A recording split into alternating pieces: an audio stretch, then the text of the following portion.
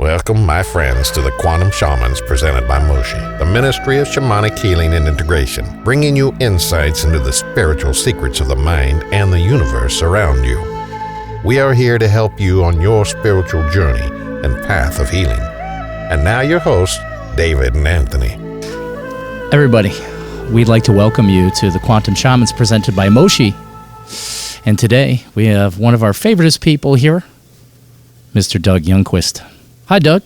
Hi, Anthony. I know we've been here talking for a little bit already, but I want to make sure I introduced you and get you onto where we're going. And okay. Then this also gives Dave his opportunity to recite, not read, but recite all these words, these beautiful, beautiful words of the Moshi Vision Statement. David, if you'd please.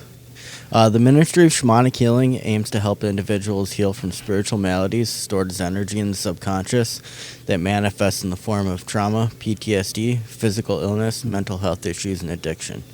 These practices include, but are not limited to, yoga, breathwork, meditation and mindfulness practices, Reiki, sweat lodge ceremonies, sensory deprivation, sacred plants, and any other rituals we collectively decide to establish. We hold ritual ceremonies for our group to heal collectively in a safe space, as well as individual ritual healing tailored to members of our collective for the purpose of intensive inner work. Our most important responsibility is to help our members integrate their individual and collective experiences in order to ameliorate their spiritual maladies and spread love for the betterment of mankind. Our belief is that our collective consciousness is God. Every living organism has a purpose and is essential for homeostasis. From the single-cell organisms to the observable universe, we are all connected and equally important. We all deserve love, respect, peace, harmony, and forgiveness. Love is the most powerful force in the universe. Love conquers all. Aho, amen. Wow. Nike kuyaki. Thank you, Dave. Yeah. My pleasure. It never gets old for me. Yeah. I love to just sit here and connect with the words and feel them and how they flow and feel the beautiful truth within them. Mm-hmm. I love it. We're manifesting it. Indeed, indeed. And here we go. We got Doug. We got Doug here with us today. Yes, one of my favorite people. Yeah, well, we talk about you a lot behind your back, Doug, but in a good way. That's a good thing. We really enjoy you, Doug. Yeah. My nose doesn't itch.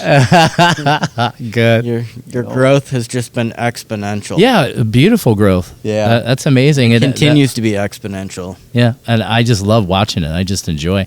That's one of my favorite things is to watch people all over the world grow and expand into their highest self. Right. Because there's so much beauty there. There's just so much that happens. And you've already been sharing a bunch of your story, but what I'm going to do is I'm going to back you up, and what I'm going to ask you to do, Doug, is tell us, give us some background. Tell us a little bit about Doug, how he got here. Where did you start, and how did you get here? Okay. I'm gonna start like 7 months ago. Uh-huh. My daughter invited me to a meeting. I think it was a psychedelic society at the Sacred Waters in Lakewood, and that I went over there and sat with that group, and it was very interesting. I really enjoyed doing that. But that's when I met David, and this store hadn't opened yet.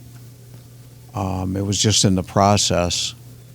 And I found it and came in and I saw him a couple of times here and there, but I walked in this place and I knew I belonged here. It was just, there was no question about it.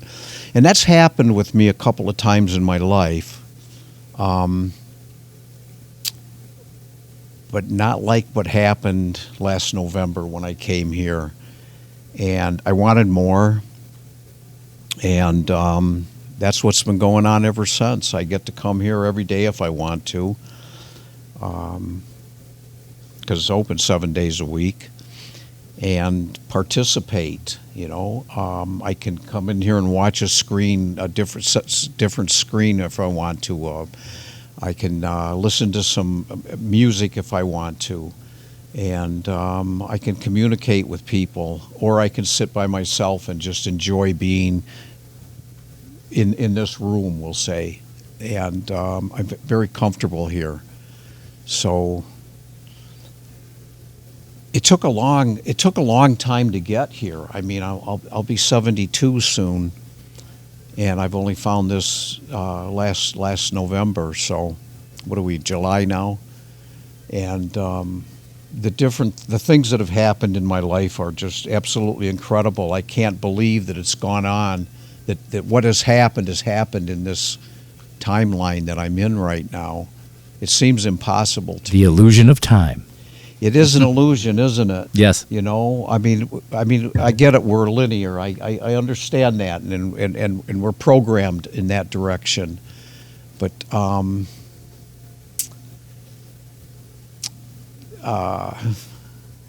don't need that anymore. If I want to keep an appointment, I want to know it's 2:00, all right, or 1:30 or whatever, you know. But for the most part, I don't even need to know about time right now. I'm not aware of the day most of the time, and I have to ask or look at my telephone to see what day it is, and I don't mind that at all. And I used to be very time oriented. That was one of my focuses.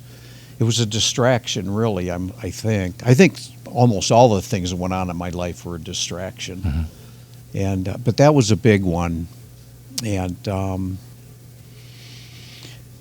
This actual journey, I think, started in 1998 when I got sober.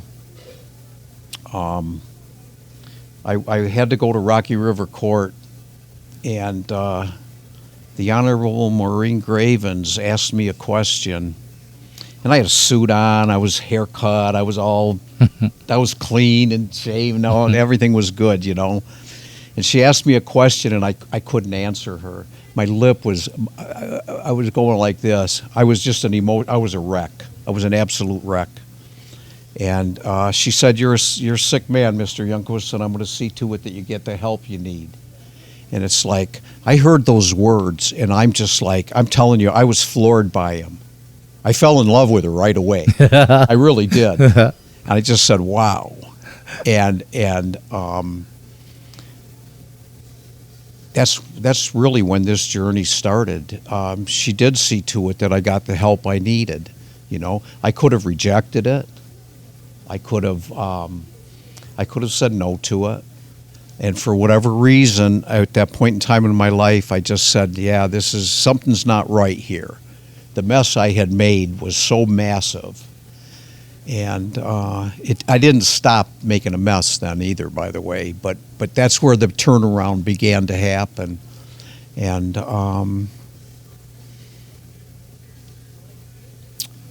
I say here I am today, you know, and there's been stops along the way. I was miserable after 3 years of sobriety. I was going to 15, 16 AA meetings a week. I was meeting an incredible number of people, and I was actually being looked up to for the way I participated in Alcoholics Anonymous. And but I was miserable. I was lonely. I didn't really want to live. I wasn't interested. I wasn't thinking in terms of killing myself. I just didn't want to live, and there was literally no quality of any kind to my life. It was just a mess. And my then wife encouraged me to call up a friend, somebody that we both knew, and spend a few days at this on this property in Richfield. So I did. I called him up and asked if I could come and spend a few days. I said, yeah, absolutely. And I took some cashews and almonds and I don't remember what else I took with me, and a pad and a pen. And I was going to go down and figure it all out. You know, I was going to understand what was going on. Well, I spent a day and a night, nothing. I spent another night and then another day, and absolutely nothing was happening with me. And I got very discouraged pretty quickly. And I just said, this is stupid. I'm just I'm going to go to sleep tonight, and then tomorrow I'm just going to go about my way. I'm going to go back to the life I've been living because that's the life that I'm going to live. That's my lot. And I went to bed that night, and it was a long building, and there was a doorway coming from outside, and there was a small kitchen area, and then there was a sitting room, and then there was a doorway that went into a bedroom, but the beds were along the wall. They were along the wall on each side, and I got naked and I went to bed that night, and I woke up, and I'm telling you that for a reason, okay? I woke up at some point, and I didn't know what was going on, but I knew I wasn't alone. Mm-hmm. I knew I was in this place, and there was somebody else in there. And I'm like, that doesn't make any sense to me. So I laid there for a few minutes, and I just thought about it.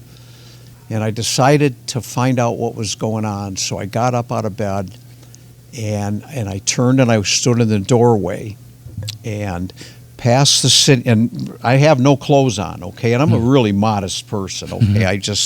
I was very uncomfortable, but I did that anyway. And so there's a sitting room, and then there's a counter, and behind the counter is a small kitchen area, and on the back wall was a night light, a couple of watts. There was nothing to it. It was just we all know what a night light looks like. And in profile, there was a man standing on the other side of the counter, okay?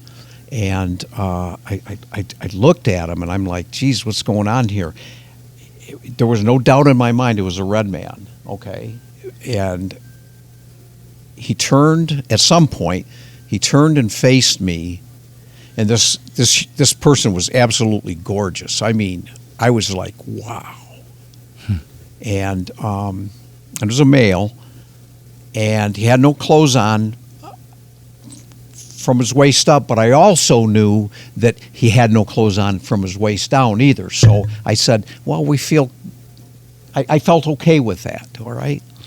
And there were no words spoken, but the look on the on this individual's face was, how do I describe that? It was so compassionate. It was so caring and understanding, and I could see that. And I remember thinking this kind of stuff. It might have been different words, but it was all along the same lines. And at some point, there was this transference. There was this exchange that was going on. And I knew there was something coming to me, but I also knew there was something that was being given back. And I didn't know what it was. I didn't have a clear thought about anything except I knew that there was a transference of something happening. And I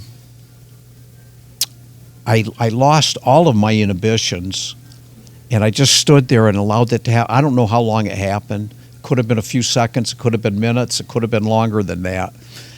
And at some point, this being was just gone. I mean, it didn't flash disappear or fade slowly. Somehow he just wasn't there anymore. I knew he didn't go out a door, you know. And I just stood there, and I just said, "What just happened? What's going on here?" And I kind of shrugged my shoulders. It was pretty interesting. I kind of shrugged my shoulders, and I went back down and laid down to bed, and I went to sleep. And I woke up in the morning, first light, and I got up. I went out into the sitting room, sat in the chair, picked up this pad that I had, this notebook I had, and my pen, and I started writing, and I was writing poetry. And the first poem I wrote from this was, come out, you stay so deep inside, come out, come play with me, there's no more need to hide. Let's dance and frolic in the fields of the flowers and butterflies. Come out, there's no more need to stay inside. And there was a pond there, okay? It had a couple little panfish in it. And the next line said, I learned a new way to play today. When I touched the water, when I touch the pond of the fish, water of the pond of the fishes with the sole of my feet. And I don't remember all the other words. And then I ended that poem with, and my life truly changed when I touched the pond of the waters of the fishes with the feet of my soul, you know. And so I went from the sole of my feet to the feet of my soul, you know. And I was like impressed with that. I was happy with that. I am too. Okay. I feel that right here. Yeah. It was a wonderful thing. But here's what happened, Anthony and David. For the next 2.5 years, I couldn't stop writing. I couldn't. It was insane. The things that happened were insane. I mean, I wrote thousands of poems, and I've never written poems in my life. I have them all. They're on pieces of paper everywhere. I took 60 poems and self-published 2 books of poetry. Okay, I just picked them out for whatever reason. And one was titled "Endless Rivers from Darkness to Light," and one was titled "From My View." Sometimes it's pretty, sometimes it's ...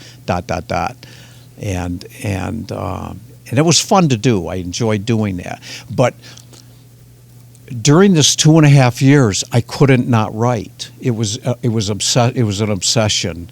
And at one point, I was delivering freight around the country in a cargo van from places in Cleveland, and I'd be driving down the highway and I'd be writing, you know, and it was just crazy. I would try to go to bed at night, and a thought would come in, and I would have to get up and write it down. It was just insane. It didn't matter what I was doing. I had to do that.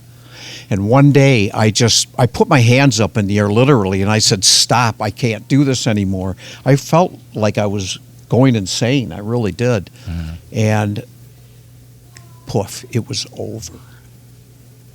That's how quick it ended, like that. Now I can write stuff today, but not like I was. And I'm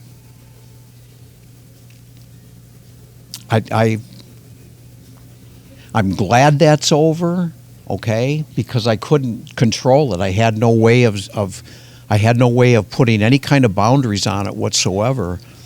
And when it ended, I think that's when a whole new discipline actually began to develop in my life, where I can start something and stop it.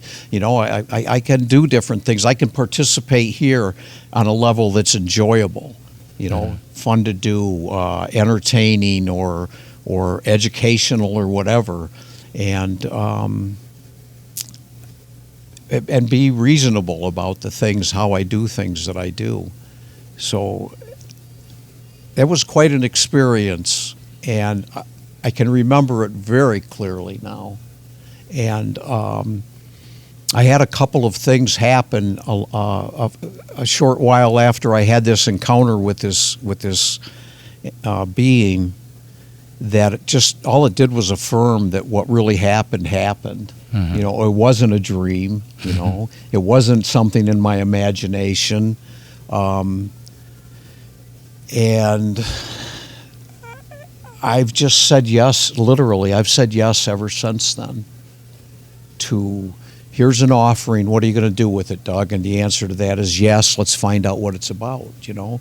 It was meeting David and saying yes to that. I mean, I knew right away that there was a relationship that was going to happen. I knew that right away, that there was a relationship that was going to last and be meaningful. And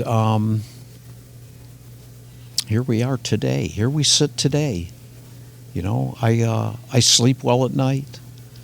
I treat people with dignity and respect to the best of my abilities. I treat myself the same way.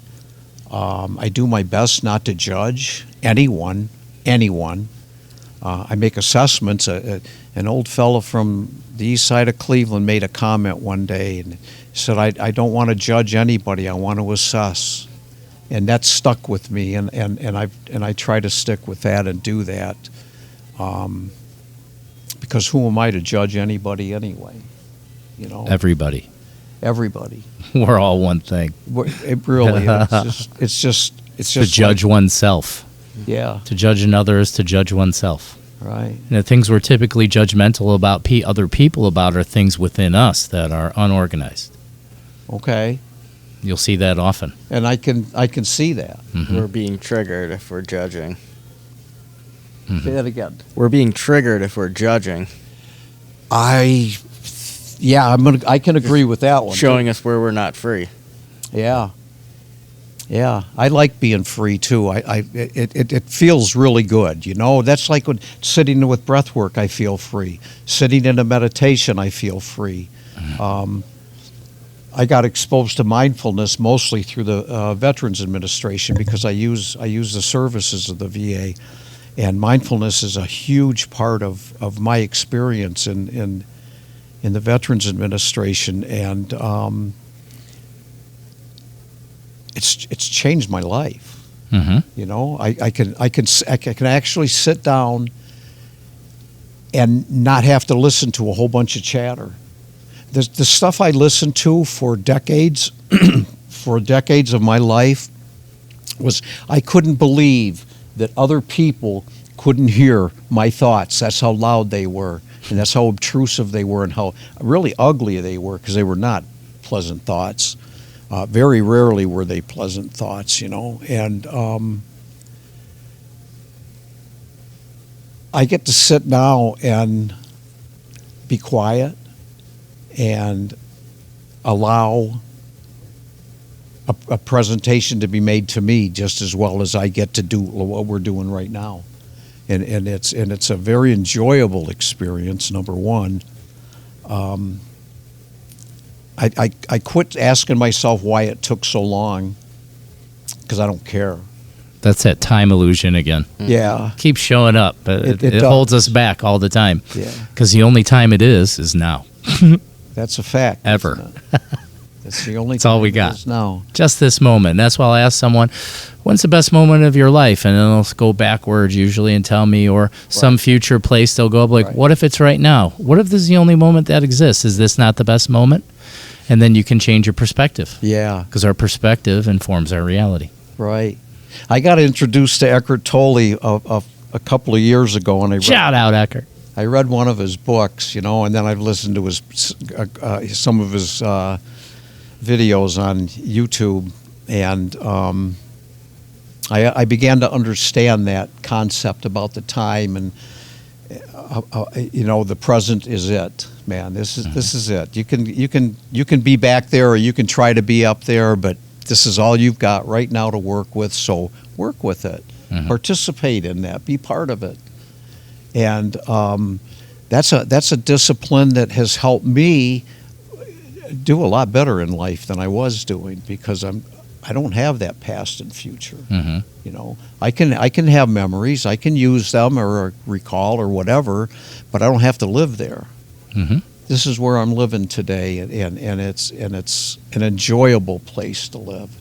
You know, I know what goes on in the world. I understand how things are happening. I know there are injustices. I know there are crimes against humanity. I know all of that stuff.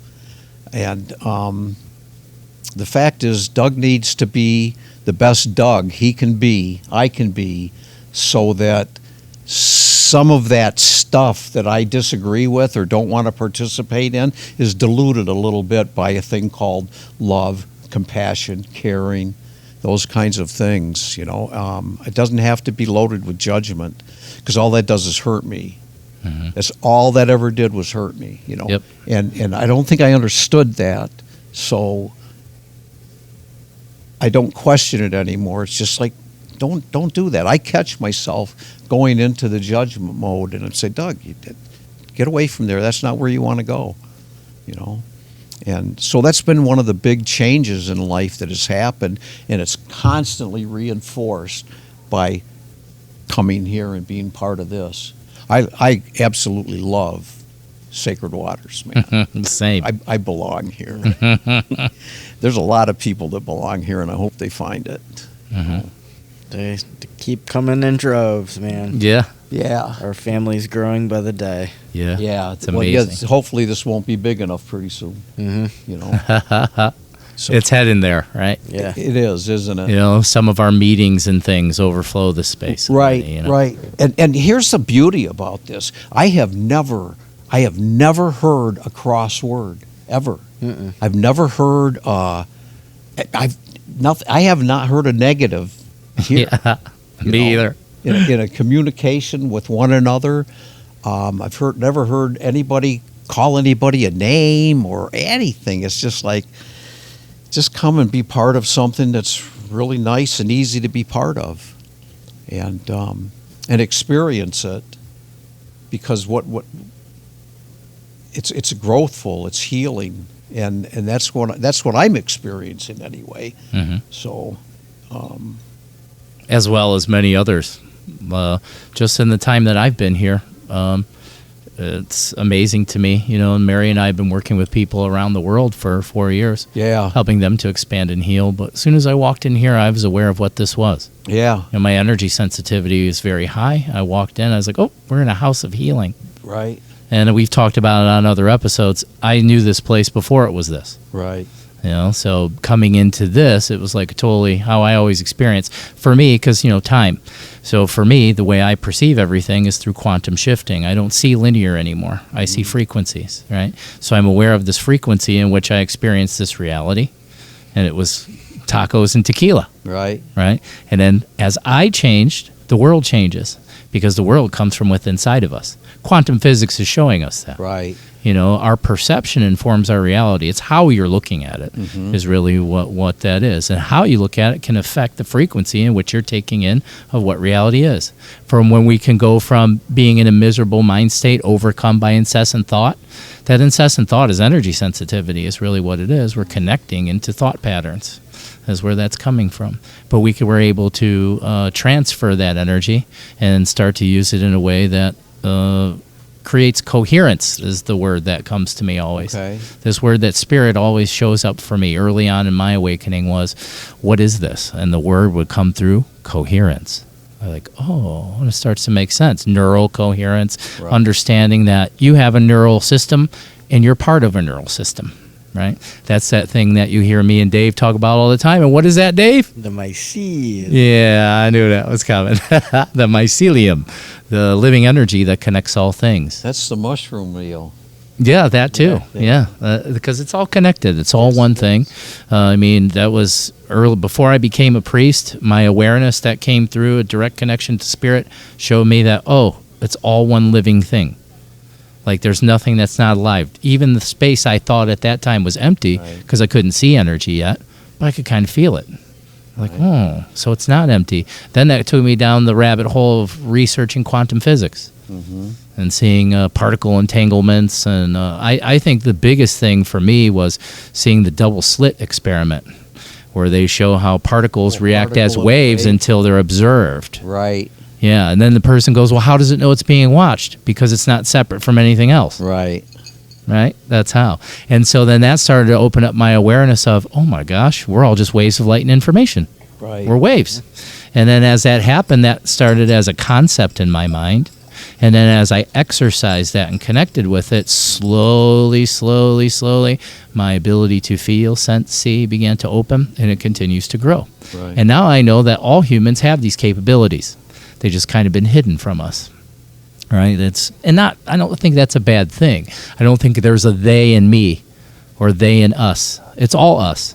And the things that you were mentioning, yeah, there's stuff that happens in the world, has to happen, because those are parts of other people's stories Right. and our stories, right?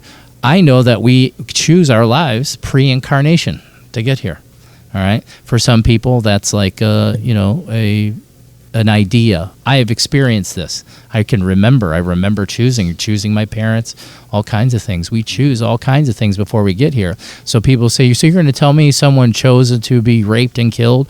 I'm like, yeah, I know you're not going to like that. Your ego mind's going to have a lot of feelings surrounded about it. But when you understand that everything is harmony and working in a harmonious way, you understand that you need to have these things we call bad to create balance. Because without it, if everything was just sunshine and rainbows all the time, there's no growth, Absolutely. right? If we don't lose something, be hurt, struggle, have pain. Guess what you never do? You never get here, Doug. Mm-hmm. All the things, and that's for me was my biggest part of my biggest breakthrough when I first started really physically healing, was understanding that everything has happened for me, and it happens for us regardless of my judgments. Mm-hmm. And soon as I became aware of all that, freedom, boom, pops up and arises, just like it is for you. Right. I see so much mirror in what you're saying in your story, and then even connecting with the spirit being. And when that spirit being popped up in your reality, that had to be a little disturbing to some degree, because you do have a psychology background before there, right? Well, I had it after that. Oh, it was after that. Yeah, okay. Yeah. I needed to understand more about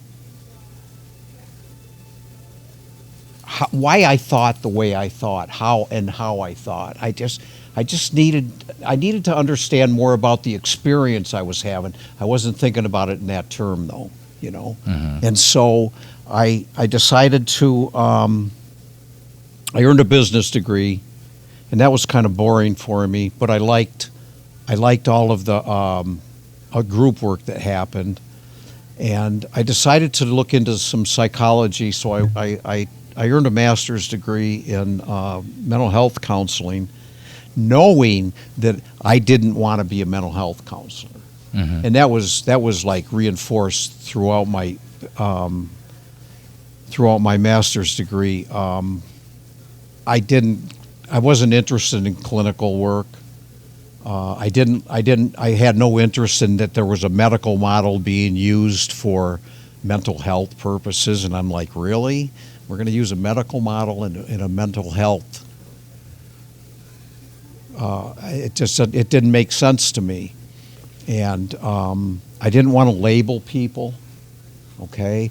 I didn't want to decide that I knew more and I could decide what labels someone was going to live with for their life. I didn't want to have any part of that. But I did serve an internship in a men's recovery. 85 men were living in one house. It was a big house.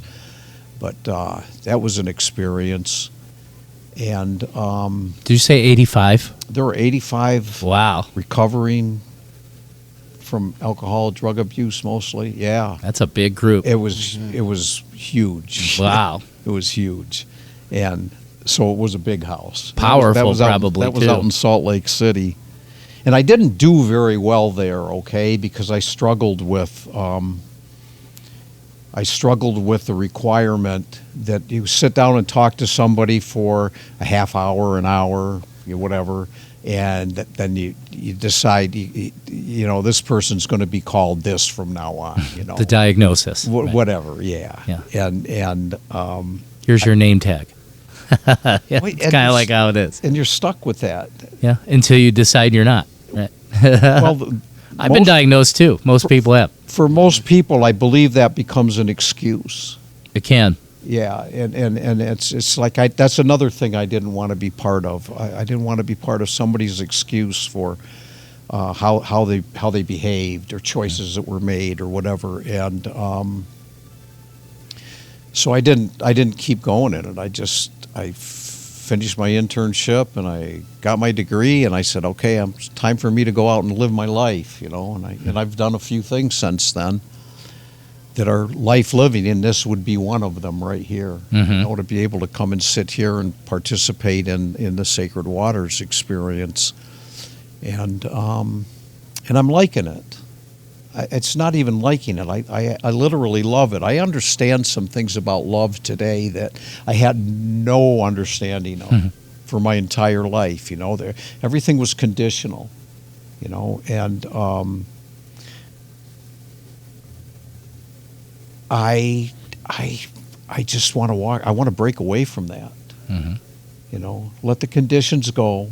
Be accepting of who and what anybody is, and do your best to love that regardless. I don't have to accept behaviors that are not acceptable in my eyes, because I do have values. Mm-hmm. I have a moral code. Or you don't have to agree with them. Or agree. You have no choice but to accept. By non-acceptance, we suffer. But yeah, agree. I would say, yeah.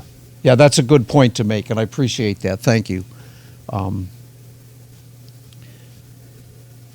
just try to treat people with dignity and respect. And it's really easy to do. There's no challenge to that for me right now. There was a time when I wouldn't even have considered that.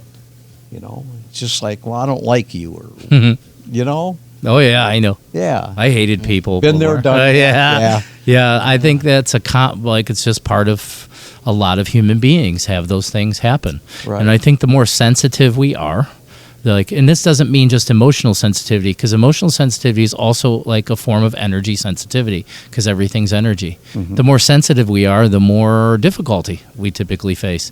And then we have that sensitivity. That's what leads us into usually like substance abuse. Okay. Substance abuse is what? What's the deepest thing? It's an escape. I'm escaping. Absolutely. Yeah, at the deepest level, that's what it is. It's not the alcohol that's what's happening. The alcohol is the catalyst for you to escape. Right. Right? The biggest thing, there is a physical addiction there, but the psychology addiction goes way deeper. Oh, way deep. Right? I need this to function or feel better. I hate my life. I'm going to get drunk and then it's better. Right. That's that escapism. So it's understanding, why do we choose to escape? It took me a while, and there's still sometimes I think about that and it comes forward, new pieces come loose. Like, why was I choosing to escape? What was I escaping from? And what it was is my own sensitivity, how I felt. Right. Yeah, that's accepting personal responsibility, I think. It's just like, that's something that I could never do. I just couldn't do it. If I had accepted responsibility for my choices, then I would have had to have made different choices, maybe. But you can't. So then we move into acceptance. Right. I accept everything that's happened, and all I have is now. Then it brings us back to now. It's a whole Eckhart Tolle showed up again. Yeah, it's a whole Who new thing. you are. And we're with the lovely, wonderful human being, one of my favoriteest people, Doug Jungquist. Doug Jungquist. And we were talking about just before we got back on, you're saying there's so many access points, I don't know if it matters. I can kind of totally agree to that. There's so many access points, so many signs that we get on our journey that make these little changes and tweaks and things. Right. The awareness of them. Yeah. Yeah. Got to pay attention. And a lot's happened, like you said, in the last, however, 8 months or so. It's been rapid fire change. Me too. And most people I know that are on the path. Right. Most of us are on this path of ascension. And it's not like we choose it, man. We don't get to decide, hey, I want to ascend. That's not really what happens. It's going to happen on its own. All we can do is get in the way a little bit. Okay. And we get in the way, and what it'll do is it will put things in your way to help you correct your path. And it's okay if you don't, because you'll just recycle the experience over and over anyways until you make the change, right? As many lives as it takes, as many days as it takes, those are all illusions of time. We're here to, whatever it takes, because it's what we signed up for, is to add light into our soul spark, refining. The more I go along this journey, the deeper and deeper my awareness of energy becomes and how it feels. And I understand that what our ascension is letting go of the stuff that's blockage, stopping the flow through us, keeping us more particle, more meat than wave. Right? When you're in the wave state, everything feels a lot more calm and easy. When you're sitting in this meat suit of depression, pain, anger, anxiety, thinking of its past, it gets real heavy and time's slow. Real slow when you're in pain. One of the strategies that I was introduced to when I wanted to become a non-smoker was that the call comes in waves. Okay? And so what do you do with the wave? And the concept that was given to me was ride it. That's just what I say. Just ride the wave. Yeah, surf it. Surf it, have fun, enjoy it, Go with I'm not a surfer. Well, I became a surfer. Yeah, we don't have a choice, I don't think. It's a wonderful thing. But just little things like that change everything about what's going on. It makes it more doable, makes it enjoyable, it makes it more interesting, it makes it more colorful. Everything about it changes. And it's just like all I have to do is change my vocabulary.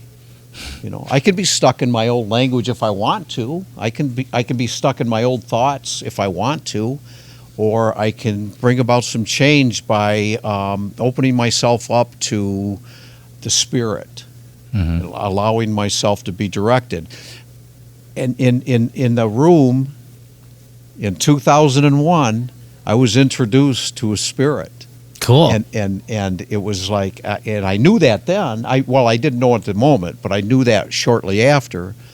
And now I'm like totally aware of it. Without that happening, did you have a spiritual background before then? Like you didn't really say anything about that. Did you have? What was your awareness of spirituality up until that point? Okay, so you had religion. I was born and raised a Catholic, and the hypocrisy was incredible, and I saw that everywhere in my childhood, and I didn't understand, and I remember one day I was one summer evening I was laying down. I was probably 9 or 10 or 11 years old, and I was laying on my back in my lawn in Stowe, New York, and looking up at the sky and just saying there has to be more than what I'm being told, that there's no way that there can't be more, And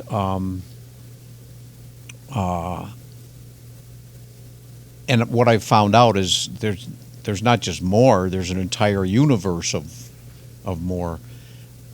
But it's all in here. It is literally all in here. I just have to tap it. And I have to look at myself, and instead of calling myself names, okay, I have to say, keep going forward, Doug. Keep moving forward. Go ahead and listen to the words that someone else brings to you, or that you read in a book, or hear in a movie, or in a lyric of some kind. Pay attention to those things, because you're going to be opened up to more and more and more, because that's all there is more. And I'm not limited by the teachings of a church anymore. Of an organized religion. I did that for decades, and I won't say it didn't help me, but I can say it was very limiting. And one of my takeaways from the Catholic religion is, Lord, I am not worthy, but only say the word and my soul will be healed. And it's just like, wait a minute, I am worthy. I don't think of Doug as not being worthy anymore.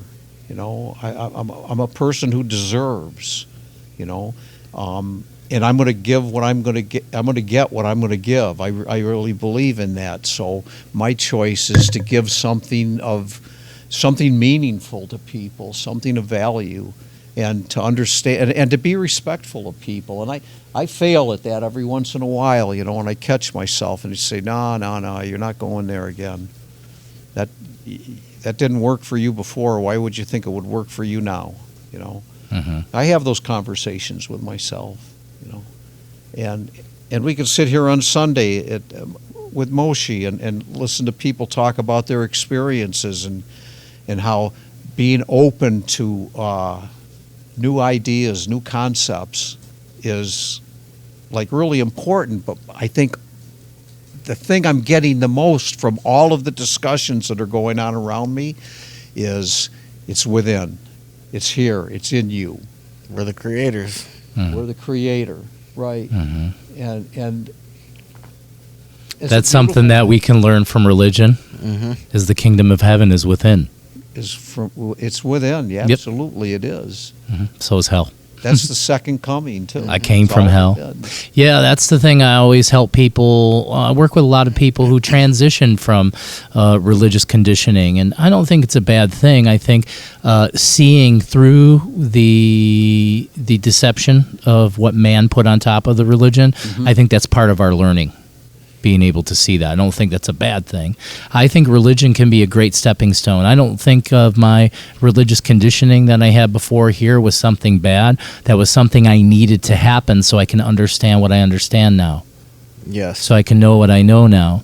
And then so like my awareness is now, because I talk to Spirit, I work with Spirit, one of my primary guides is a being that shows up. His name's Yeshua. Okay. Like Jesus, he shows up. And what he helped me to realize is that Jesus is the story of a man. It doesn't matter if he actually existed or not. That doesn't matter. Let's just say it's allegory. It's a story of a man. Right. That man had the possession or the connection to Christ light. Christ is a frequency of consciousness, Right. which is in with all of us. And that's what he's trying to tell us 2,000 years ago. But through translation, everything, the words get muddled. But what can never be overcome is the frequency, the feeling. Okay. I can feel it now. Now, that's why when I read certain scripture, I understand exactly what it means now, where before the mind, this concept mind's trying to literally understand things. When it's allegory, it's vibration, the vibrational truth. Just like, be still and know that I am God.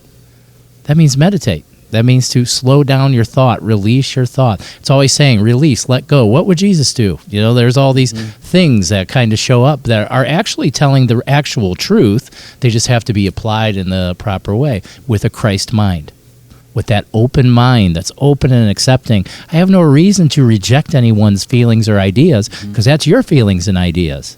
I want to accept. Even if I don't agree, I'm going to accept. Because I accept you the way you are, because you, me, and everyone else is God. That's a fact, isn't it? Yeah. Yeah, it's a nice understanding to reach, or realization, or whatever it is. It just changes everything. Mm-hmm. And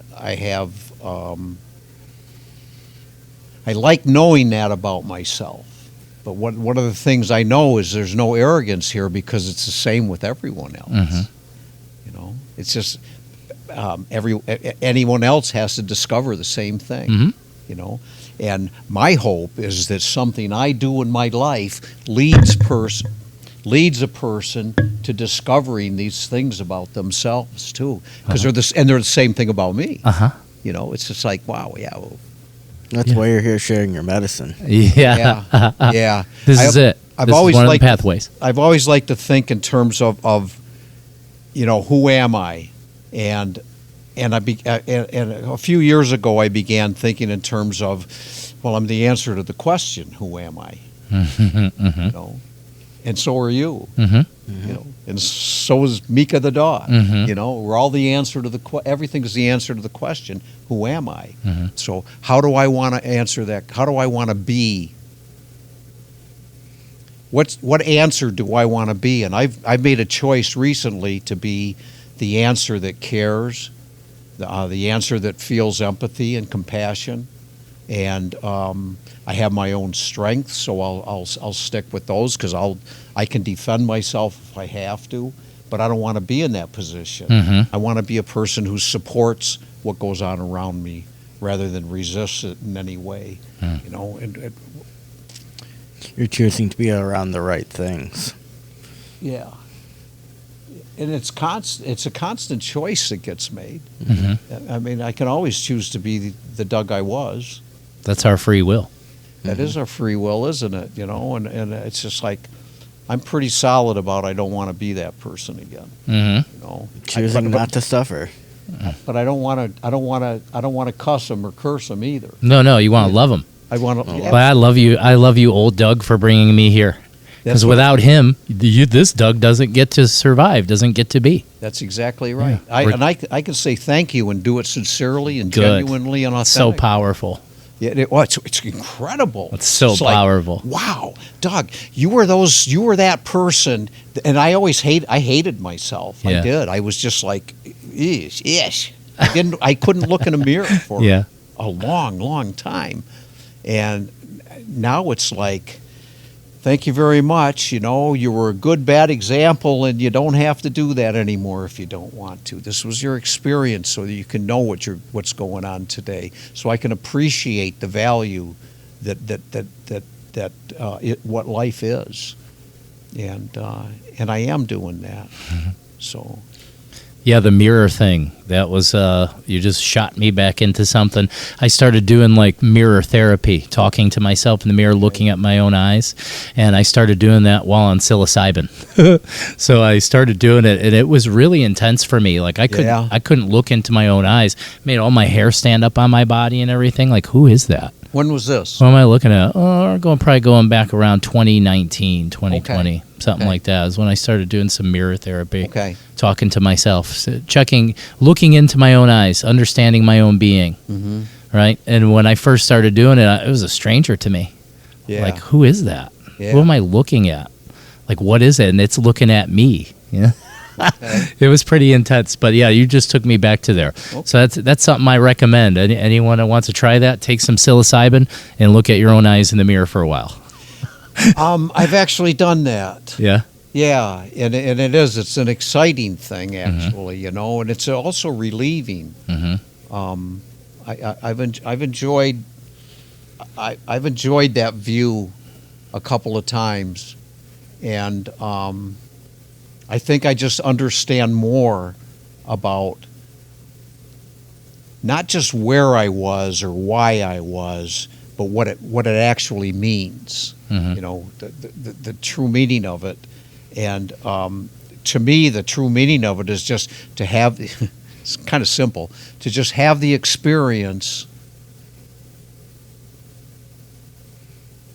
so that I can understand what I'm doing today. What I'm doing today makes sense. I don't know if I did that right. What I'm doing today makes sense because of how I understand who and what I was in my past. Mm-hmm. And I was very hurtful to people. Because you were hurt. Oh, and yeah, I was hurt. That's why we do it. Mm-hmm. That's not our internal intentions. You've never been an ill-hearted person. You were just injured, so you're reacting to your reality in a certain way. It's fear. Well, Fear drives us. I spent my life being somebody other than who I am. Uh-huh. Don't we all? I guess. Yeah, I can tell you the same thing. Yeah, like when you realize you're just a character in a play. Yeah. Okay. And the greatest play ever written. Yeah. You can play any character you want at any time. Yeah, that took just a little bit of work for me to realize that, so everything I think or who I think I am is all related to this idea of past experience, which no longer exists. Right. And it's affecting my thoughts. And then that's how the healing starts to begin, is like when we have the triggers, when we have the things, when the ego mind's saying things, taking us back into patterns, the first thing is separating yourself from it. Right? That's the first level of healing. The next level of healing, because it's going to recycle itself because it hasn't been resolved, so that behavior pattern will arise again. Mm-hmm. And then when it does, allowing yourself to experience it without reaction and understanding, why am I reacting? What am I afraid of? Okay. And then you can take it all apart, because that's the only thing that keeps us reactive is fear. Without fear, you won't react. There's nothing to worry about. Because just like I think you mentioned earlier, like I'll defend myself if I have to. Well, hopefully that's only if someone attacks you physically, Doug. Right. And if that happens, I'm going to help you too. Yeah. Mm-hmm. But if someone just talks shit about you, hey, that's okay. They're allowed to think whatever they want. As long as you ain't touching me, that's okay. Yeah. Now, that's not how I used to be. I used to be able to become very triggered if someone said something to me, like that could get me going. But I have the kind of mind, a hurt mind, where I could turn that around and essentially get someone so upset that maybe they'll try to fight me. And then if I fight them or beat them, now it's justified. Right. Of course. But none of it is. It's all just resentment. Yeah. It's just resentment and pain. Like I lived with it my whole life. I remember when Mary first showed up in my reality and we started being together, and I would tell her about like my past and how I feel about things, and share with her my self-talk, how I talk to myself. She was just like, you talk to yourself that way? I was like, yeah, you should hear what I'm not telling you. Yeah. Yeah. But we don't recognize any of those things. I thought what I was doing was necessary to motivate myself. Like I felt like I was my own boot camp sergeant all the time, trying to motivate myself. Do. Because if you do, you're worth something. Wow. That's what society tells us. Yeah, it's nothing wrong. Again, I'm not going to sit here and tell you, this is wrong and that's wrong and this wrong. I only see everything right. I see all this opportunity for humanity to change. And that's happening. Because what's happening to us would almost seem like magic. Yeah. So if you tell someone that doesn't understand any of this, who you were a year ago, and who you are now, they're going to wonder what the hell happened. Yeah, what happened? Right? Because I know that happened to me. My growth expansion was very rapid and very big. So the people that knew me my whole life were really worried. Like, what's going on? Like, what's happening? Right? But I understand something that I couldn't understand before because I was stuck in these ideas of time. I thought that, just like here, someone may have some idea that maybe I'm not a good priest because I haven't been a priest for a long time. But anyone that understands energy and understands spirit knows that you can expand hundreds of years in minutes when you're in that growth. I've seen you do it. I've been in the room with you and watch you expand your energy into something totally different. Yeah. So that we have this awesome ability to bypass time by going into our deepest forms of consciousness, slowing down your breath, being in the space of acceptance. Spirit, talk to me. Letting that come in.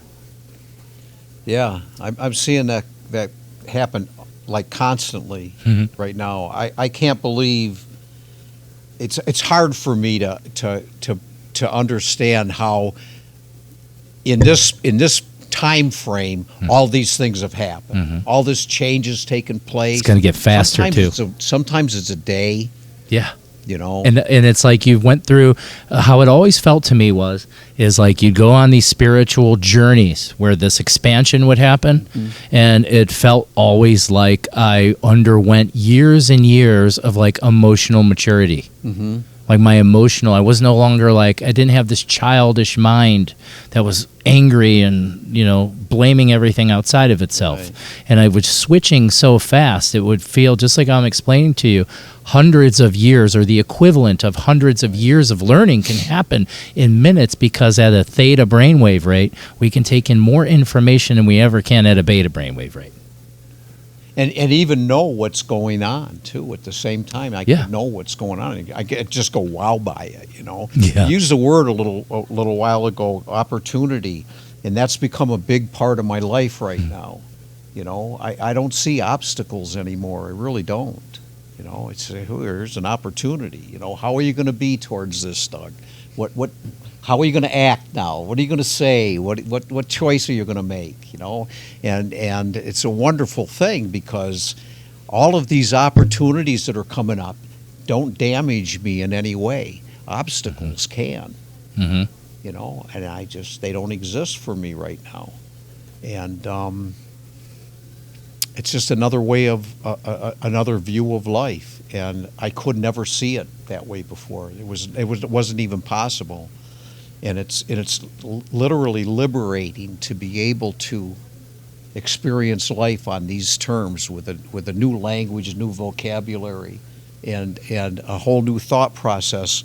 And a lot of that thought is I call it just plain knowing. I can't explain some things. I know how they feel and what they mean to me, but I can't even put words to it. And that's the spiritual side that happens frequently. And that's because you're a shaman. Yeah. One who knows. Yeah. One who knows. Yeah, there's much knowing beyond language. Language is a limit. So that's part of my job. And part of my job is to try to sometimes help people. I try to take a quantum understanding and make it biochemical, or turn frequency into words. Right. That's not easy at all. No, it isn't. It's difficult. But I think each person has the ability to do that the deeper they go in, to open up. Because it's not just the words that come out from you. It's the frequency that comes out from you. That's the first thing I noticed about you when I met you. Right. Like, hey, man, that guy's got strong, beautiful frequency. I could feel the life force about you. Okay. Plus, I see energy, so I could see your energy field. But just going by feeling, I could feel it. I could feel like, hey, this guy's about to start hitting a really fast ramp of waking up faster. And it's happening faster to you. Since I've been around, I've watched you. It's quickening. Your expansion and growth is getting faster and faster. We've known 1,000 Dougs. Yeah, that's what it feels like. Yeah. Just keep dying and being reborn. Yeah, well, I like it. So by letting go. It makes it real easy to say yes when you like it. Yeah, right? Yeah.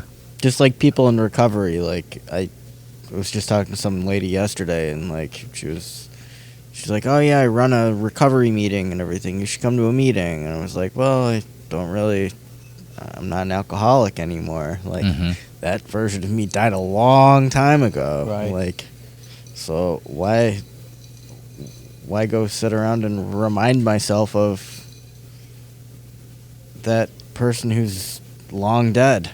Well, I do see an opportunity there. An opportunity not for you to talk about that story, but talk about now. Not sit there and talk about what was, talk about now. And then the people in there that are looking for you, find you. Yeah, that's a good point. All these things That's pop true. up for reasons, man. Yeah. It doesn't mean you have to revisit who you were. You Yeah, can be that's who true. you are. Yeah, being who you are is like Yeah. really cool, isn't it? Yeah. Yeah. I like that, actually. I like the feeling of Yeah. that. Because you know me, I'm always talking about let's infiltrate. Yeah, That's no, it. that's a good point. Yeah. Yeah. You changed my perception. Right. That's how we heal each other. I lived a life of shame. Yeah. You know that's so destructive. It's unbelievable, man. It kept me in my room. You know, it kept me. It just kept me out of sight. I didn't want people to see me. Yeah. I didn't. Do you know why? Can you feel that? Do you have any idea why you felt I so know ashamed? Some things I've done some things that I felt shame about, and I judged them. Right. You know, That's and what then we I do. judged myself Mm-hmm. for those things. And one of the things that I really appreciate about Alcoholics Anonymous is the 12 steps, and one of them is making amends. Yeah. You know, it doesn't teach people how to go about making amends, so everybody's left to their own devices in that sense. But over the years, I've learned that making amends is like, this is who I am today, you know, and I can express myself in terms of gratitude. I can express myself in terms of love. I can express myself in terms. I don't have a lot of fear in my life anymore, and I was riddled with it for the vast majority of my life. And I can be more confident, and I can be more authentic. And one of the things that I don't have to do anymore, and I really love this. I hate it when I do it. I love it when I don't do it, which is to judge other people. Mm-hmm. It's just like that's almost gone out of my life completely, and I really like that. Feels great. Oh, it's wonderful. I was raised in a judgmental home with judgmental people. That's how I was trained to be. Yeah. And then since my insecurity, how I felt about myself was so low, I always had to find the problem in someone else so that way I could feel superior. Absolutely. That's what it's about, isn't it? Yeah, even when I first started as a healer, like with my psychology, when I first started as a healer, I was considering everyone as broken. Okay. Like everyone needs fixed. But then as I matured and my mind changed, I realized, well, nobody's broken. We're just bent. Right. You know, nobody's Right. busted. Right. There's nothing wrong. Everything's just right. And the things that people sit there and say, this is wrong and this is wrong and this is wrong, what I'll try to point out to them is what if this is the fuel you need to change? Okay. What if? And I'm saying it is because I know it is. But when you ask the ego mind, you pose it in forms of soft questions. I learned that by talking to mine, because it's a strong thing. Okay. So using words like perhaps and maybe and what if, asking ourselves those questions. Well, what if it's this? What if it's that? And so sometimes it doesn't mean the question I'm asking you is the answer. It means that maybe you can look at something from a new perspective, like how Dave, that just happened. Hey, maybe there's a different way to look at it. And when you look at it now, you can find the medicine in it. You can find the good, because everything that we even call bad within it is something good.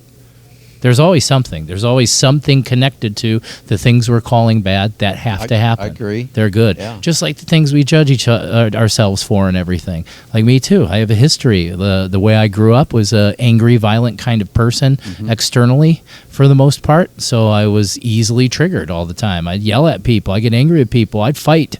You know, those kinds of things would happen. And so I carried a lot of guilt for a long time about how I was with other people. And I felt like they didn't deserve that and all these things. And then I come to realize me knowing that is what I meant to learn here. And then I started to realize the things we do that we think are wrong to others have to happen so they find their way too. Just like all the things that happened to me, the things I used to think I was a victim about. I thought I was a victim to all the things that happened in my life. Now I understand one different thing. Anthony don't get here. right? And this version of me is something I could never have dreamed. Okay. I didn't know this. I didn't know I was going to grow up to be a shamanic priest that works for Mary and helps people all over the globe and does events everywhere and does everything he can and without thinking about anything else and helping other people to expand into their highest self, expand into their spirit, become free from that judgment and that fear. Those are things I could have never told you I would even agreed with if you would have told me, hey, if you like Nostradamus would have showed up and told me the future, I'd be like, bullshit. Yeah. That's what I told him. Give me my beer and get out of my face. Yeah. That's kind of how it would have been. So I never believe it. But all that did was teach me that anything is possible. And that's before even talking about I've recovered from terminal lung disease. Right. And many other illnesses, right? I know that anything is possible, and I'll never agree to anyone that tells me it isn't. This can't be healed. This can't be cured. Not true. That's your belief. Yeah. Do you think there's any other? And that's where I get into people, and I'll start asking them questions. Do you think there's any other possibility besides the one you're agreeing to? If no, then no. That's how it is for you. If yes, oh, you're free already. Right. You are. Accepting possibility. I love accepting possibility. I love looking for so many different angles and possibilities in the things that show up, whether I judge them as good or bad. Because that's just judgment too. Yeah. Because if we had no past experience, how do you know something's good or something's bad? You have to compare it to other experiences. Because if you didn't have any other experience, it just happens. Okay. Doesn't mean it's desirable. Doesn't mean it feels good or, anything like that. But that's our judgment of things that happen. Like we say, I can see these terrible things that happen in the world. Are they terrible or are they necessary? And how do we change? Just have to find the nectar to extract from. There's a sweet spot to every situation. Right. Good, bad, or indifferent. We call that the path of the hummingbird in our tradition. Okay. I like that sound. The path of the hummingbird. You know what? Well, let's. It just dawned on me. The spirit in 2001. Tell me about the spirit that you saw. You said something about 2001, and it was a time you had an interaction with a spirit or a being. I did. Mm-hmm. The Native American man. Yeah. Yeah. Yeah. It was a surprise. It was a welcome surprise, actually. It's when I began to think differently. It's when I began to understand that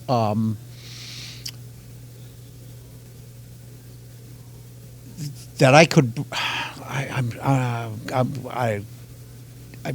was when I began to understand that life wasn't how I had been living it, and it was there was some confusion that went in there. I think I told you about. I made a comment about how I couldn't stop writing these things that I was writing, and it was just it hurt me in a terrible way. And I finally put my hands up and I said, I can't do this anymore. Stop. And what's going on today, I know is a result of that. I know it's a continuation of that. Maybe not a result, it's a continuation of that. And what's happening today is stuff's coming by the truckload. I love saying that too because I think it's really accurate. Yeah. And it's not overwhelming now, and I think that's an indication of maturity, and so I really appreciate that. He said, Doug, you really are growing up. You really are understanding where your role in life and how to participate in it. And I think it came about because of that exchange, that transference that went on. I don't know what material was there. I don't. Right. Except as I'm living my daily life right now, I believe this. I'm pretty sure of this. That's being revealed to me now.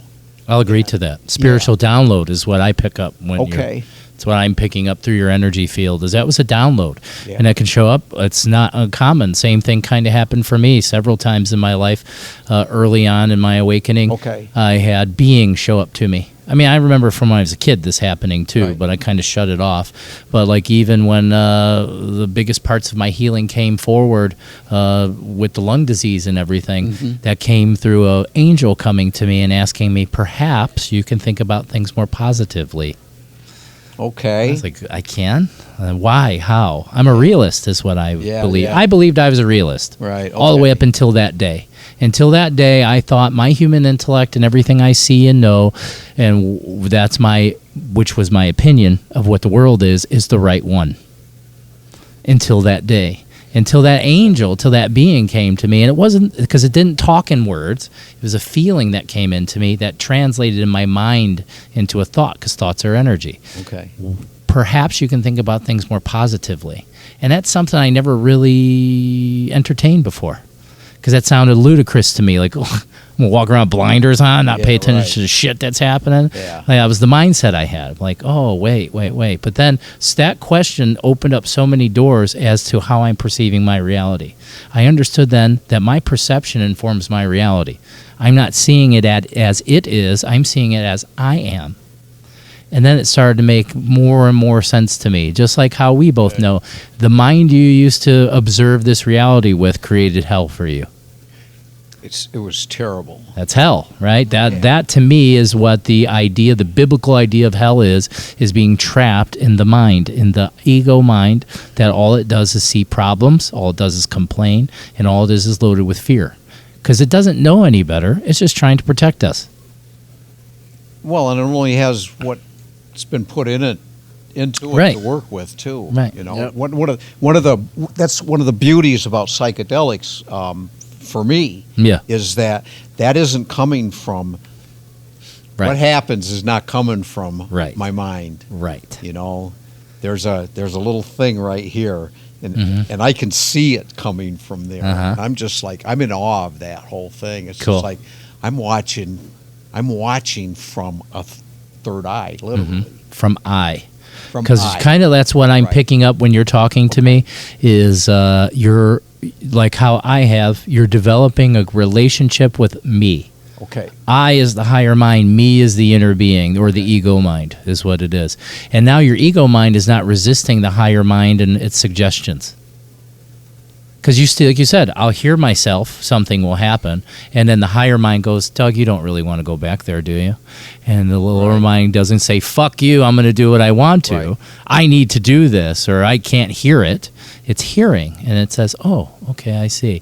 And you're gentle. You're being gentle with yourself. You're not saying, Doug, you're a jerk because you're repeating your thing like you're supposed to. Right. Yeah. So I like to always call this the relationship, and that's how I teach it too, is the relationship, developing a relationship between I and me. Okay. Shortly after I had the encounter with the Native American spirit, a concept came to my mind, and it might have been spoken to me. I can't remember. All right. But the concept was put a bridle on your ego. Mm. Yank on it once in a while, Mm-hmm. and become the decision maker. Mm-hmm. Don't disrespect Mm-hmm. your ego. Don't minimize it. Don't do Mm-mm. anything like that. It's important. It's valuable. It's necessary for you. Mm-hmm. But don't let it be in control, Right. because a lot of damage happens when you do that. Yeah. And it doesn't mind being told, "Now get in line. I'm the guy." Mm-hmm. You know. It trusts in it. It's seen the results, so that way it doesn't doubt it. It's easier to get the ego in check because when it doesn't have fear, if it's not afraid, when it believes daddy's telling me I need to change what I'm doing, it goes, daddy's always been right so far. I'm going to go along with that. Yeah, and I feel a lot better as a human being taking control of that part of my life. Mm-hmm. But it still gives me suggestions and ideas, Mm-hmm. you know, and I appreciate that, and I can Yeah. say yes to those Mhm. or no to those, Mhm. and usually I'm saying yes because the suggestions and ideas I'm being given are pretty darn nice. Yeah. You know, it's just like just treat people okay. Uh-huh. You know, you don't take things that don't belong to you. You know, and Back to don't- the Bible, do unto others. right. Don't call people names. Yeah. Come on. You don't have to. You know, Right. there's no reason to do that. I don't think so. There is no reason to do that. You know, if there's something that I'm not interested in, I can turn around and walk away from it. Mhm. You know, this isn't for me right now. You know, or this is something that I've experienced in the past that I don't want to go back to, or I can make decisions and choices like that. And one of the reasons I can do that is because my mind has become more rational because it's paying more attention to what's going on right here. You know, and I'm just literally paying attention to it. And I really feel good about that. I like that. And I want more of it. And the way to have more of that is to just keep doing what I'm doing.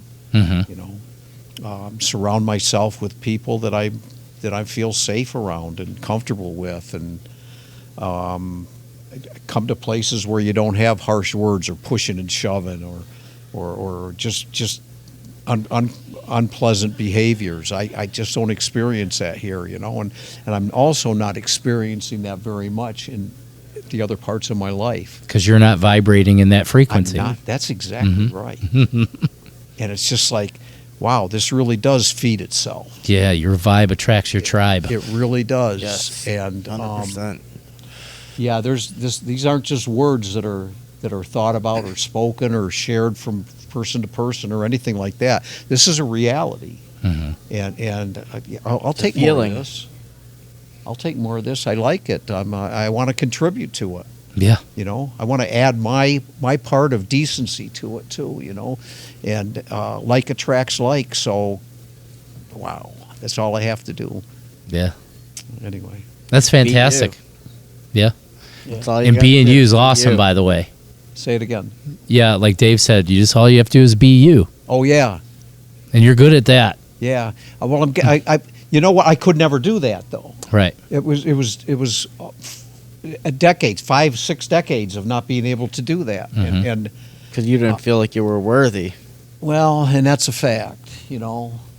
So You are now, and Well, you've always been. I You always am, and I have always have been, but I understand that I needed to be where I was to be where I am, and I'm okay with that because I like where I am.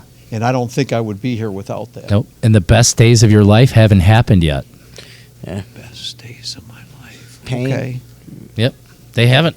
Pain. The best days are yet to come. Pain facilitates growth. Yeah. I mean, just like a snake shedding its skin. Like you have to shed your skin to grow. Yeah. Or That'll else you're happen gonna be over in and pain. over. There's no destination to arrive to. Yeah. We're here to consistently grow and just enjoy ourselves while we we're choose doing to it. suffer until we've suffered enough, and we're ready to make a change. Yeah. The fear of changing has to become bigger than the fear of staying the same. Yeah. And what that is now is that's moments of mindfulness. It's moments of breath work. It's moments of meditation on other levels. It's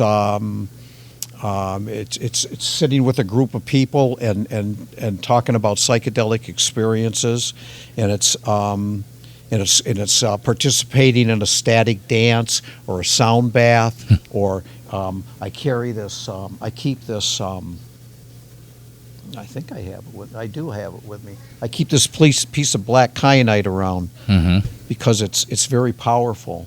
I don't know if you've ever experienced it. Yeah, I have. It's amazing. And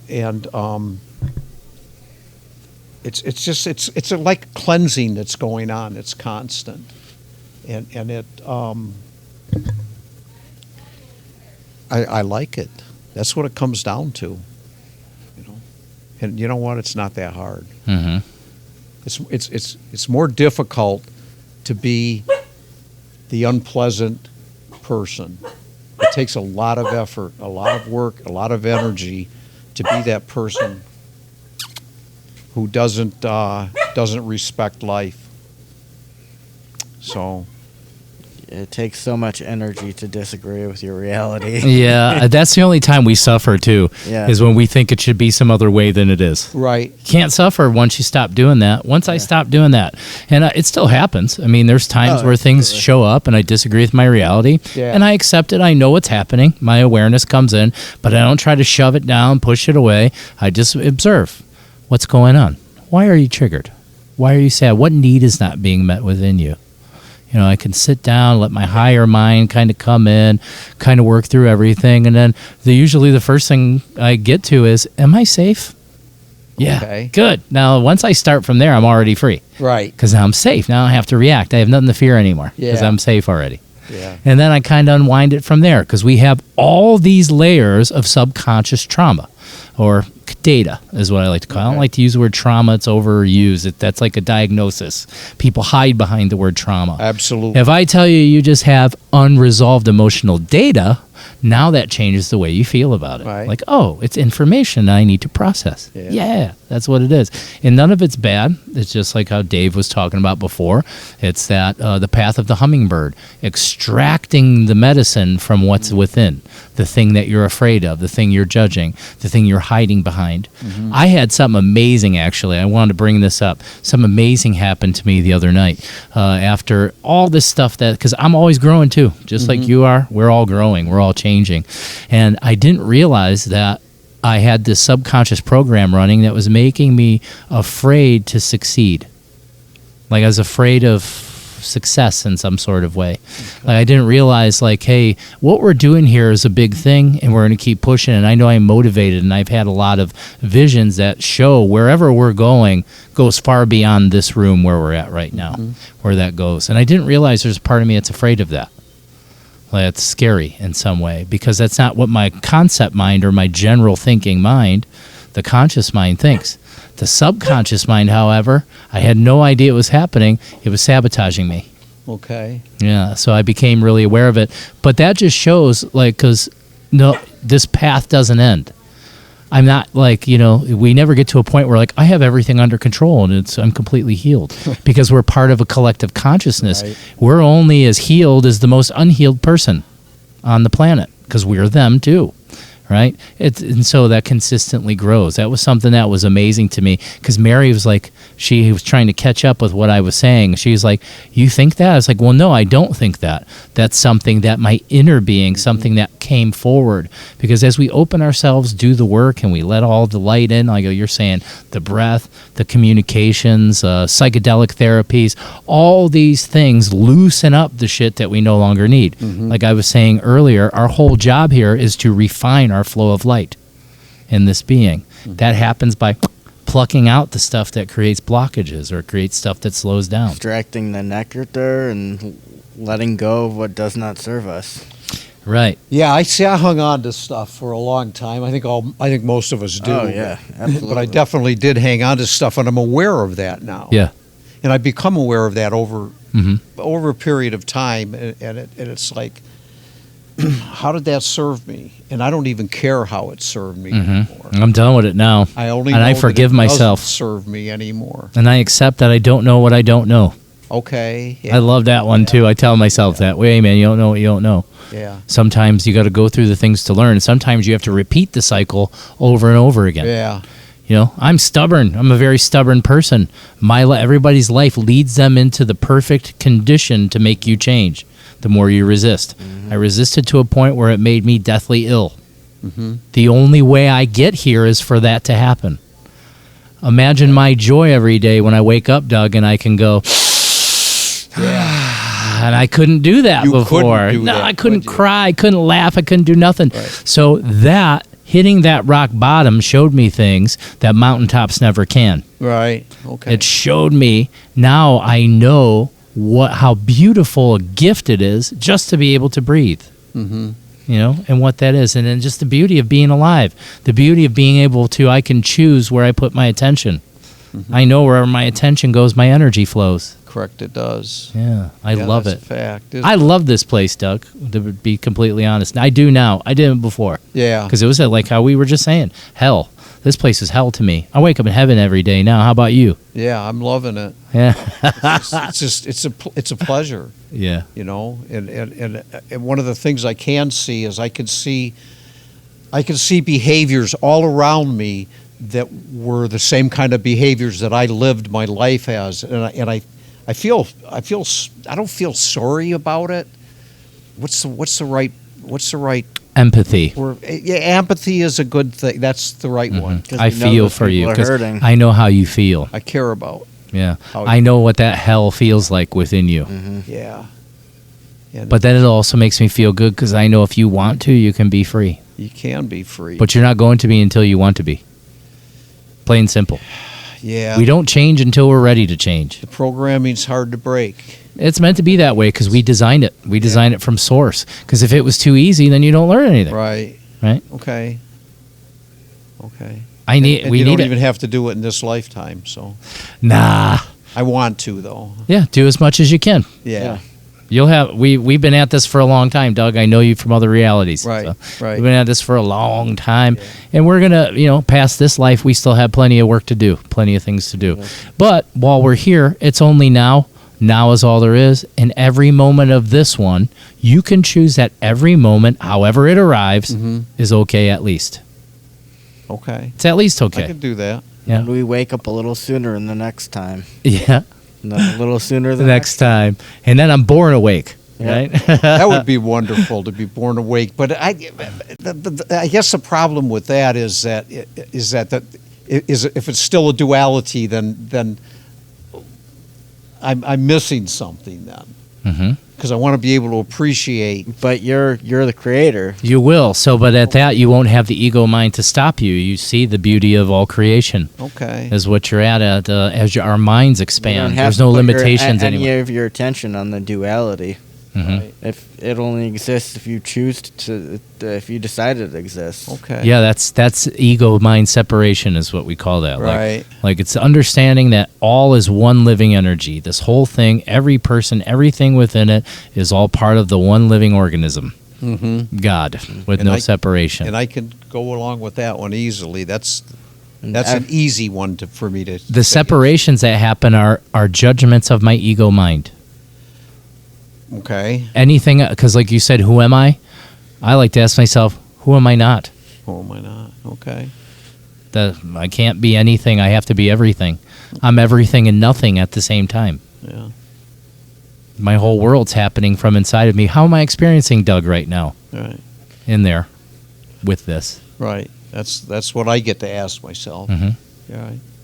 Is that what you get to ask yourself? I ask myself so many questions, man. It's like it's far out sometimes. Like I'll sit there.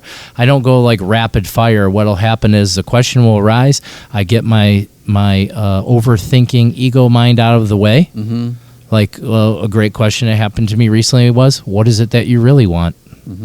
Thought I knew, till I really sat there with it without my mind trying to control the outcome. Okay. Feeling, what is it that I really want?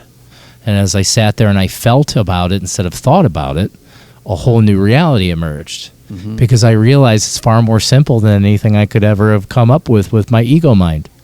It was very simple. The answer was, what I really want, my purpose here is to love and to be loved. Okay. And that aligns perfectly with my understanding of, before I was in this body, being driven by the higher mind.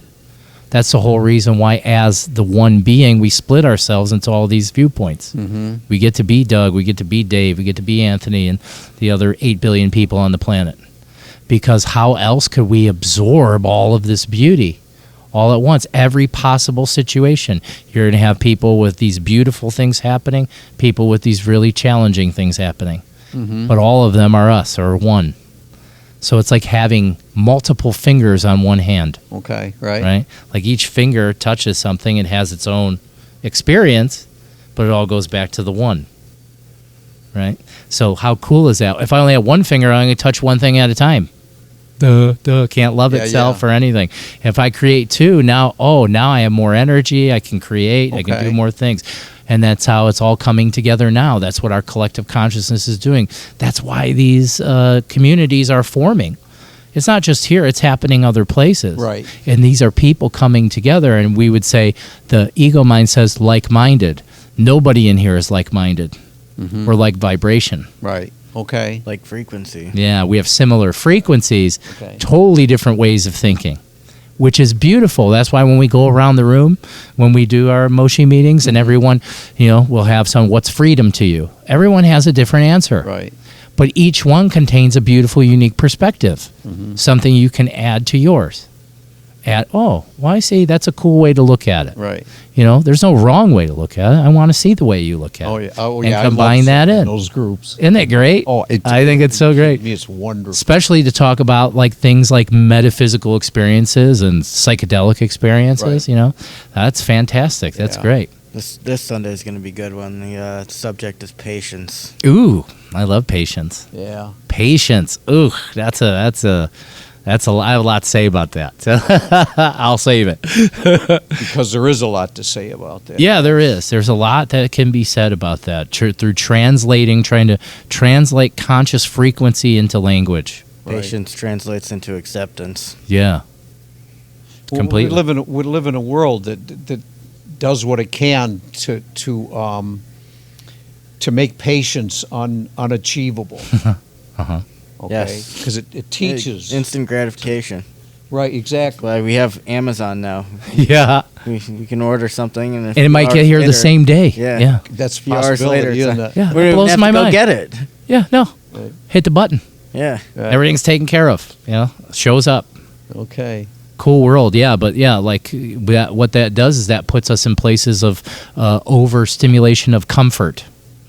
We're not doing things like that. That's like some of the things I teach, cold water immersion. Right. At the deepest level, what is that doing? That's training the mind how to accept being uncomfortable for a short period of time. Okay. This effectively raises the ceiling on how much stress a human can handle because you're using your physiology in a proper way.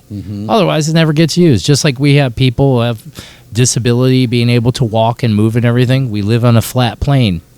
If you had to climb and move around, you're going to be in better shape. Getting around. We live in a society that's created this overabundance of comfort. That's why you always hear me say things like seek discomfort, go beyond your comfort. Okay. Just like you're knowing, like I'm saying yes to things I normally wouldn't. Right. Going back to the ecstatic dance.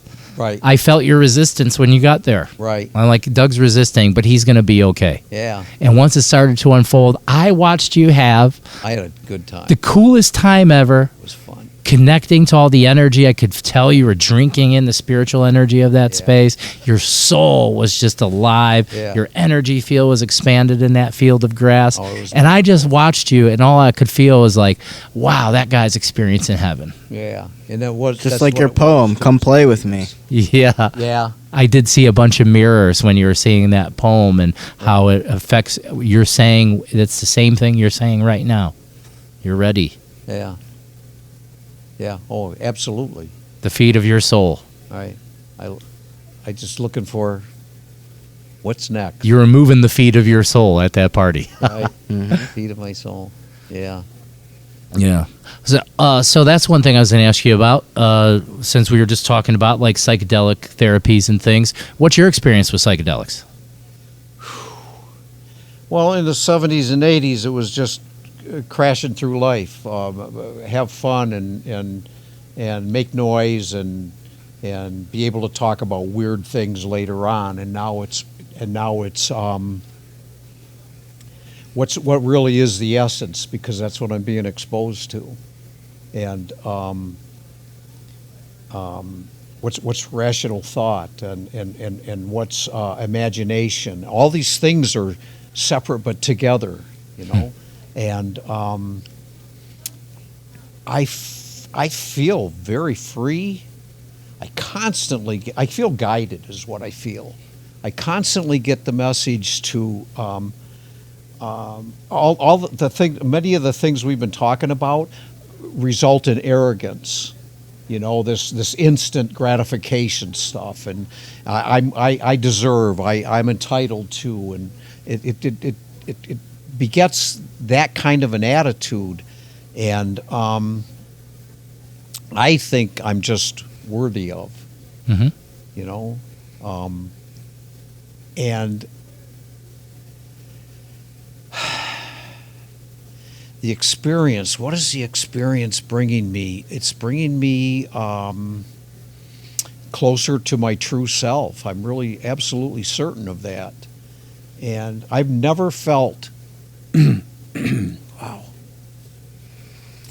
There was never a time literally in my life when I felt comfortable as Doug, except This is really interesting. When I was in boot camp, we had to go through an obstacle course, and one of the obstacles was climbing up a rope ladder, and then standing on a platform, and then going down this rope.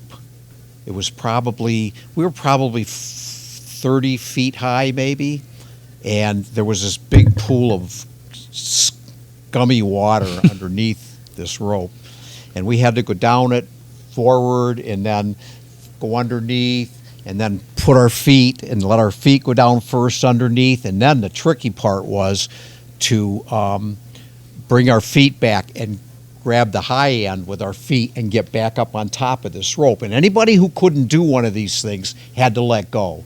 And then you spent the rest of the day with this really disgusting whatever it was. I didn't find out to the end. I never felt as proud of myself or as accomplished in my entire life up to that point, and I don't know that I ever had since then, except until right now. When I finished that obstacle, I was like, wow, this is wonderful. And everything was like I was rock hard, because it was such a workout. And I'm not rock hard anymore, but I feel that accomplished literally every day right now. And a huge part of that is this right here, opening that up and listening to the internal me, because I know that it's the universe inside that's speaking. I get that. And I like that awareness, and it keeps me going, and it helps me appreciate my humanness at the same time. It's really a really wonderful. It's a complete kind of experience, and I feel like I'm on the path that I belong on right now. So I don't know if that answers that question or not. Perfectly. I still have the cartoon experience sometimes. That's kind of fun. But for the most part, I like what's being given to me, and I know it's being given because I said yes. Yeah.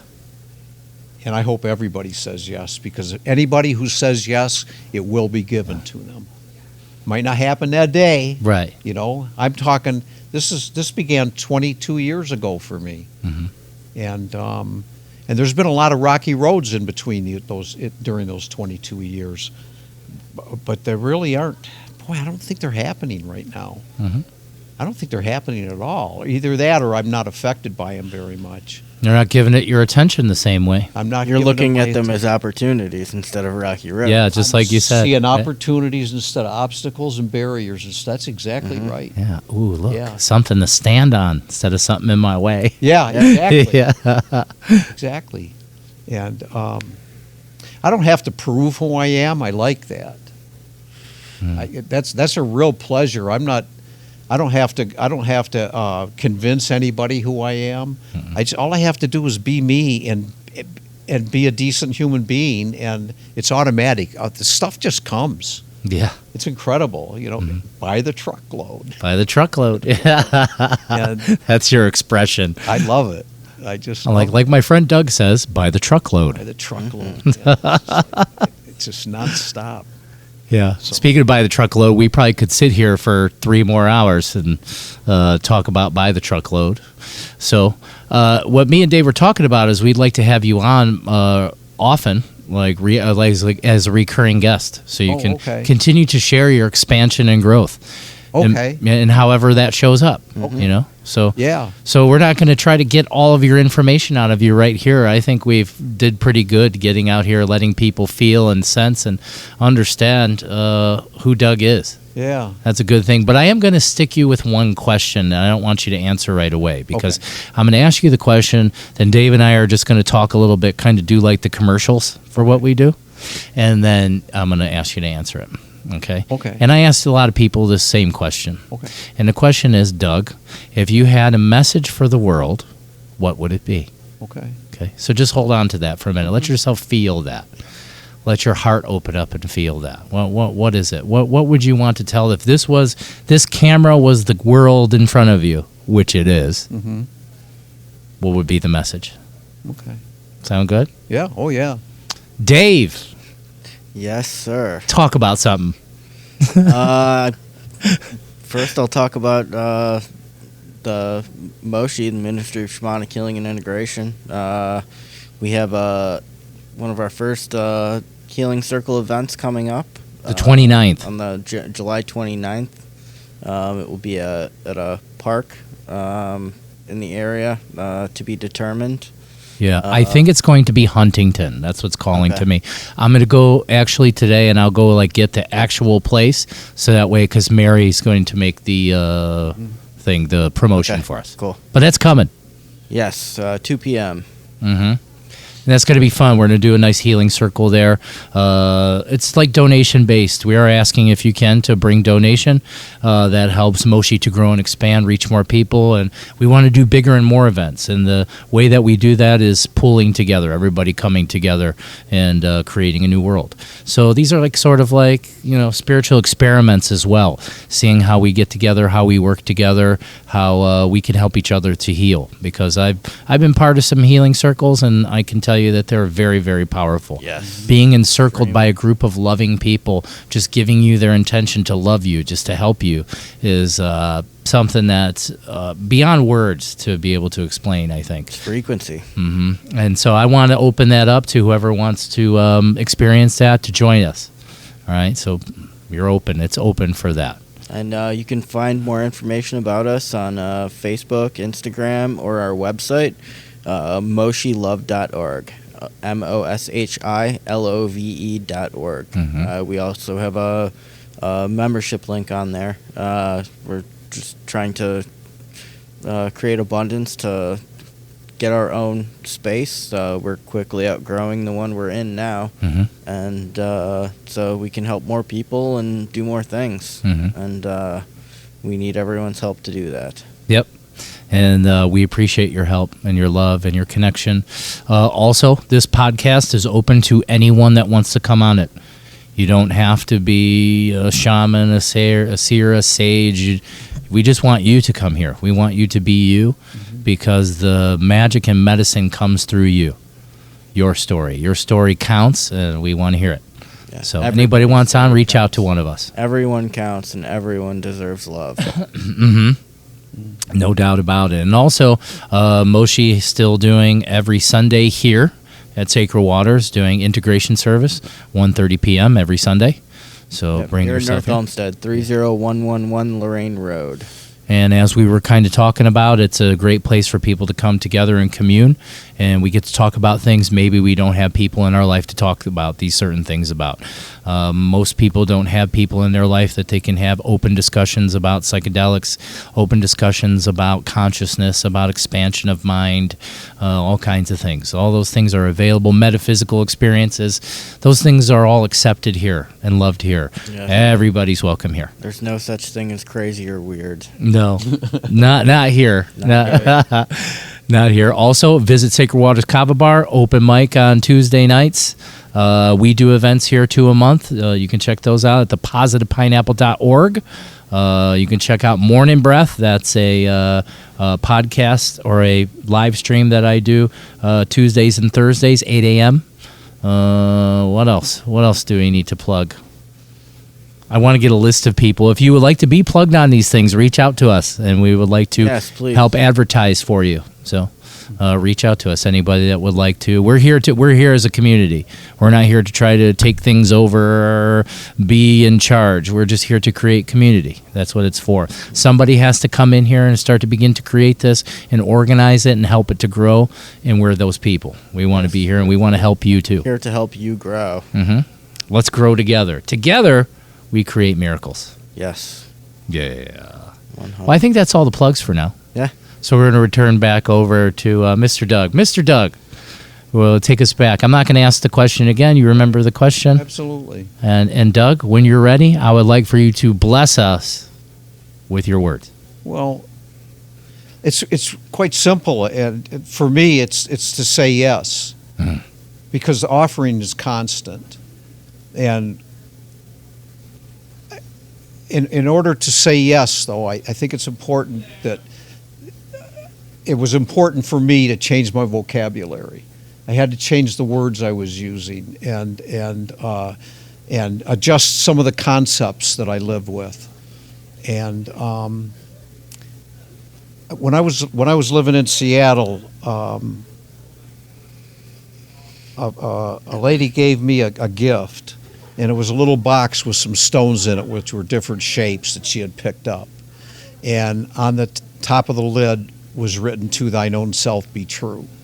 And I've kept that, and I look at that from time to time. And that's what we need to be, to thine own self be true. That's how I couldn't live my life for 60 years or whatever, 50 years or some along those lines. And then it took time to transition to be able to actually to thine own self be true, because I began to know who thy true and own self was. Right. Mm-hmm. And it's just an incredible thing. And it will happen by saying yes. Mm-hmm. And that's what I have to say about that. Doug, you know what I got to say about that? Yes, Yes. is what I got to say. Yes. Yes, I'm here to say yes, too. And we hope that you say yes, too. Come on out, visit us, hang out with us. We want to hear from you. We love you all so much. Yes, and love you, Doug. Much Doug, love. thank you so much for coming on your first podcast. Thank and we you. look forward to having you on some more. Bring in some more information in medicine. Maybe you'll think up some more things that you want that inspire you and want to talk about and bring out to the world, because I believe that is your medicine gift. That's something I felt about you right away from the beginning. Is I felt and could sense the way that, vocabulary is a word you're using. I see it more as language. You have this language, this vibrational language that comes from you. Talk about that in the comments. Let us know. Do you feel Doug's vibration? I sure do. Yes. Yeah. You definitely have a way with words. Yeah. And you have words, and you use words in ways. Yeah, that's yes, sir. Thank you. Thank you so much, Doug. We love you so much. Thank you. A Nike Kuyaiki. RP Chess Uncle. Love, peace, and chicken grease. That's a fact. Bye-bye. This has been the Quantum Shamans presented by Moshe with David and Anthony. We look forward to seeing you next week for more insight into who you are and your place in the universe.